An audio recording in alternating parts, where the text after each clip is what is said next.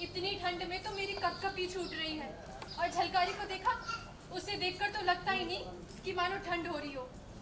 आओ देखते हैं। अरे नहीं नहीं, बहुत ठंड है, घर चलते हैं। अरे चल ना। अरे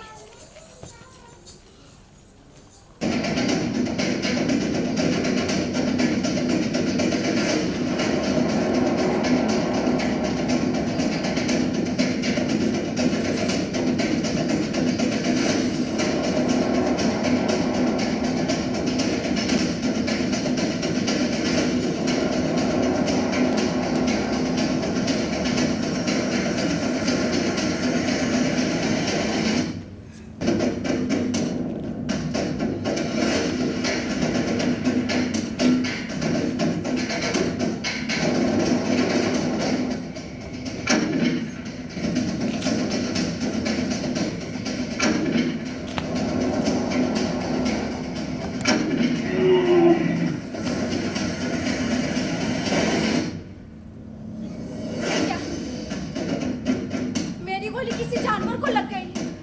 हे भगवान, अब क्या होगा? ये समाज जाति बिरादरी वाले तो हमें कहीं का नहीं छोड़ेंगे। वो तो पहले से ही खार खा हुए हैं, अब तो हमें कहीं का नहीं छोड़ेंगे। हमें कहीं का नहीं छोड़ेंगे। क्या बात? तुम इतनी घबरा हुई क्यों? मेरी गोली किसी जानवर को लग गई। क्या? ये तुमने क्या किया? तुमने देखा वो जानवर कौन है? अरे किसका है? मर गया या जिंदा है? तुमने किसी से कुछ पूछताछ करी? वहाँ कोई नहीं था, मैं किससे पूछती? न जाने वो जानवर कहाँ से हमारा। ये बिरादरी तो अपनी दम लेके ही पानी पी है। अब क्या होगा? तुम चिंता ना करो, मैं जाकर देखता हूँ।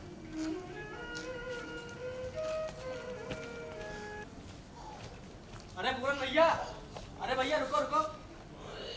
हाँ भैया। अरे शायद तुमको कुछ पता नहीं है, झलकारी की गोली जिस जानवर को लगी है वो एक ऊंची जाति वालों की बचिया है। वो बचिया मरी नहीं, जिंदा है जिंदा। गोली पैर को छूकर निकल गई थी और लोगों ने साजिश कर उसे दूसरे गांव रवाना कर दिया है। और हाँ पूरन भैया, सबको ये पाठ पढ़ा दिया है कि झलकारी ने बच्चिया को बंदूक के नशे में चूर होकर मार डाला है। क्या? हाँ पूरन भैया, और अब तो हर मोहल्ले से आवाज आ रही है कि झलकारी और पूरन से अपराध का प्रायश्चित कराओ। जब तक शुद्ध नहीं हो जाते तब तक के लिए कुआं, बाजार, पास पड़ोस सब बंद। यहाँ तक कि खाना पकाने के लिए आग तक न दी जाए। हे भगवान, इतनी छोटी सी गलती की इतनी बड़ी सजा, ये तो अन्याय है। और हाँ, पूरे समाज के लोगों ने एक पंचायत लगाने का फैसला किया है। पंचायत पाटला ग्राम में बृहस्पतिवार को संध्या में बैठेगी। आसपास के गांव के लोग भी इकट्ठा हो रहे हैं। हे भगवान, अब क्या होगा?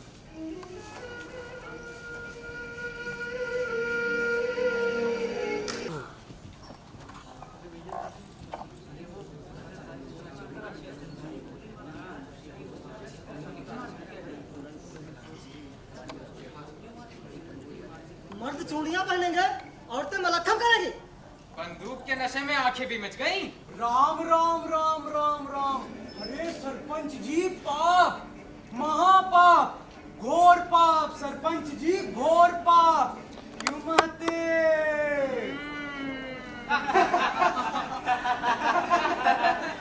अरे भाइयों, शांत हो जाओ।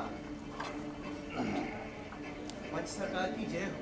पूरन, झलकारी टोरिया पर कैसे गई? पंच सरकार, वो एक दिन महल को गौर पूजने गई थी और महारानी साहिबा ने उपदेश दिया कि देश की खातिर बंदूक और तलवार चलाना सीखो, और वो इसी अभ्यास के समय में अंजनी टोरिया गई थी सरकार। लेकिन तुम्हें मालूम है, बहुओं का घूंघट खोलकर डाग में फिरना, बंदूक चलाना, ये हमारे जातीय धर्म के खिलाफ है। जी सरकार। फिर तुम्हारी बहू की आंखें नहीं थी तो वहाँ जाकर एक निर्धन ब्राह्मण की बचिया की हत्या कर दी। जो तो हम नहीं कह सकते सरकार, परंतु पंचदाता, बचिया मरी नहीं, जिंदा है। कोई सबूत है तुम्हारे पास? सबूत तो कुछ नहीं है सरकार, परंतु ये सच है। सबूत नहीं है? सबूत नहीं है तो फिर तुम अपने आप को बचाने के लिए झूठ बोल रहे हो। तुम अपराधी हो, अभागी हो, तुमको कठोर दंड दिया जाए। ये हत्यारा ये पापी है, इसको छुआ तक ना जाए। राम राम राम राम राम, इसको नगर के बाहर निकाला जाए। क्यों माते? अरे झलकारी का मुंह तक ना देखा जाए। हमें माफ कर दो सरकार, हमको इतना बड़ा दंड ना दो। हमारी जन्मभूमि हमसे ना छुड़ाओ सरकार। हम पर भरोसा करो सरकार, हम निर्दोष हैं।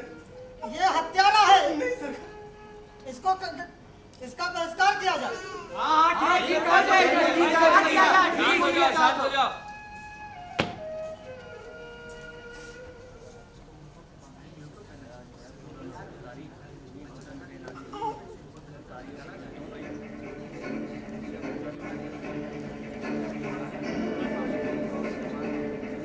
पंचदाता की गद्दी अमर रहे।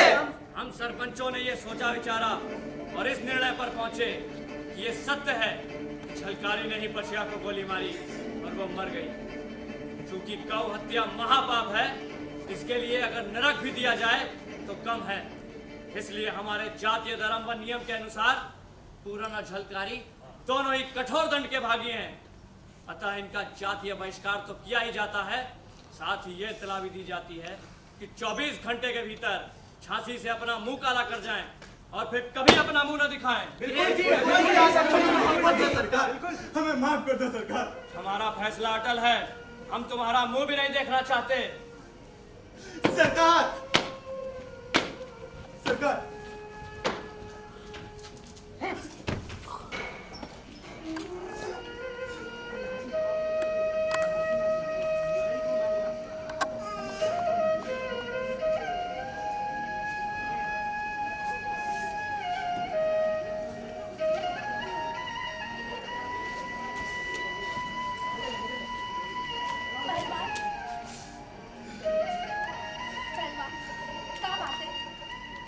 पंचायत ने तुम कुछ बोलते क्यों नहीं? पंचायत ने हमारी कोई बात नहीं सुनी, जबकि बच्चियां मरी नहीं। ये तुम्हें ठीक पता है ना कि बच्चियां मरी नहीं, जिंदा है। हाँ। तो आप एक काम करिए, बाई साहबा महालक्ष्मी मंदिर जाएंगी, आप उन्हें बाजार में ही रोककर सब बातें बता दीजिए। अब हमारी नैया वही पार लगाएंगी। ये समाज वाले तो अपनी जान लेने पर तुले हैं। ठीक है, तुम घर पे रुको, मैं भाई साहबा के पास जाता हूँ।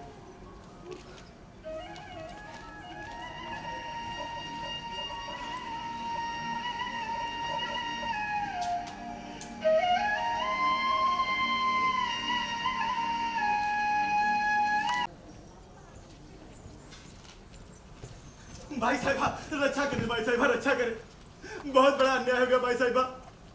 आप नहीं कहा था ना कि देश की खातिर बंदूक और तलवार चलाना सीखो, और इसी अभ्यास के सबब में झलकारी अंजनी टोरिया गई थी, और वहां अभ्यास के दौरान गोली एक बछिया को लगे। बछिया जिंदा है सरकार, पर पंचों ने हमारी एक न सुनी और हमें नगर छोड़ने को बोला है। झलकारी बेकसूर है भाई साहिबा, हमें न्याय दिलाओ भाई साहिबा, हमें न्याय दिलाओ।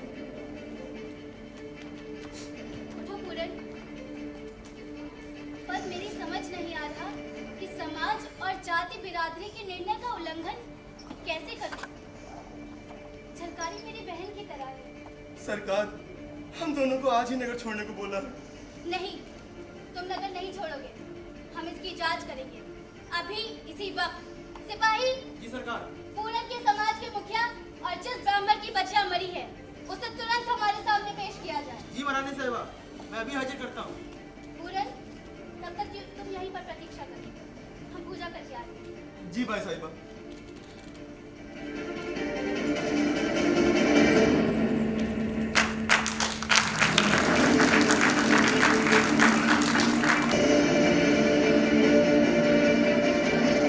महारानी सरकार की जय हो, महारानी सरकार की जय हो। अच्छा, तो तुम्हारी बच्चियां मरी? सौगंध खाकर जो बात सच है उसे बताओ, और अगर झूठ बोले तो तुम्हारी खैर नहीं। बताओ, बच्चा जिंदा है या मर गई? सरकार सरकार सरकार, आप हमारे माई बाप हो सरकार। सरकार, आप चाहे पालो चाहे मारो सरकार। सरकार, सच बात तो यह है कि बचिया मरी नहीं है, जिंदा है। लेकिन बचिया कहाँ है? सरकार, बचिया हमने बड़े लोगों के कहने से दतिया भेज दी है। तुम्हारी वजह से पूरन और झलकारी को समाज से बहिष्कार कर दिया गया और उन्हें नगर छोड़ने की सजा हुई। बताओ तुम्हें क्या सजा दी जाए? महारानी सरकार, इस ब्राह्मण को क्षमा कर दिया जाए। इस गरीब ने तो दूसरों के कहने पर ही अपराध कर दिया था। ये बिल्कुल निर्दोष है महारानी सरकार। भाइयों, जैसा कि आपने सुना, पूरन निर्दोष है। अब आप लोगों की क्या राय है? महारानी सरकार, गलती माफ हो तो एक अर्ज करूं? जरूर, कहो। महारानी सरकार, पूरन निर्दोष है। इस खुशी में अगर पूरन पूरे गांव को एक पंगत दे दे और आनंद से जीवन बिताए। मुखिया जी, पूरन की माली हालत अभी ठीक नहीं है कि वो पूरे गांव को पंगत दे सके। और अगर आप लोगों की यही इच्छा है तो पूरन की जगह पूरे गांव को पंगत हमारी तरफ से। क्यों ठीक रहेगा? जी महारानी सरकार। धन्यवाद भाई साहिबा, धन्यवाद। भाई साहिबा की जय। सरकार की जय। भाई साहिबा की जय। सरकार की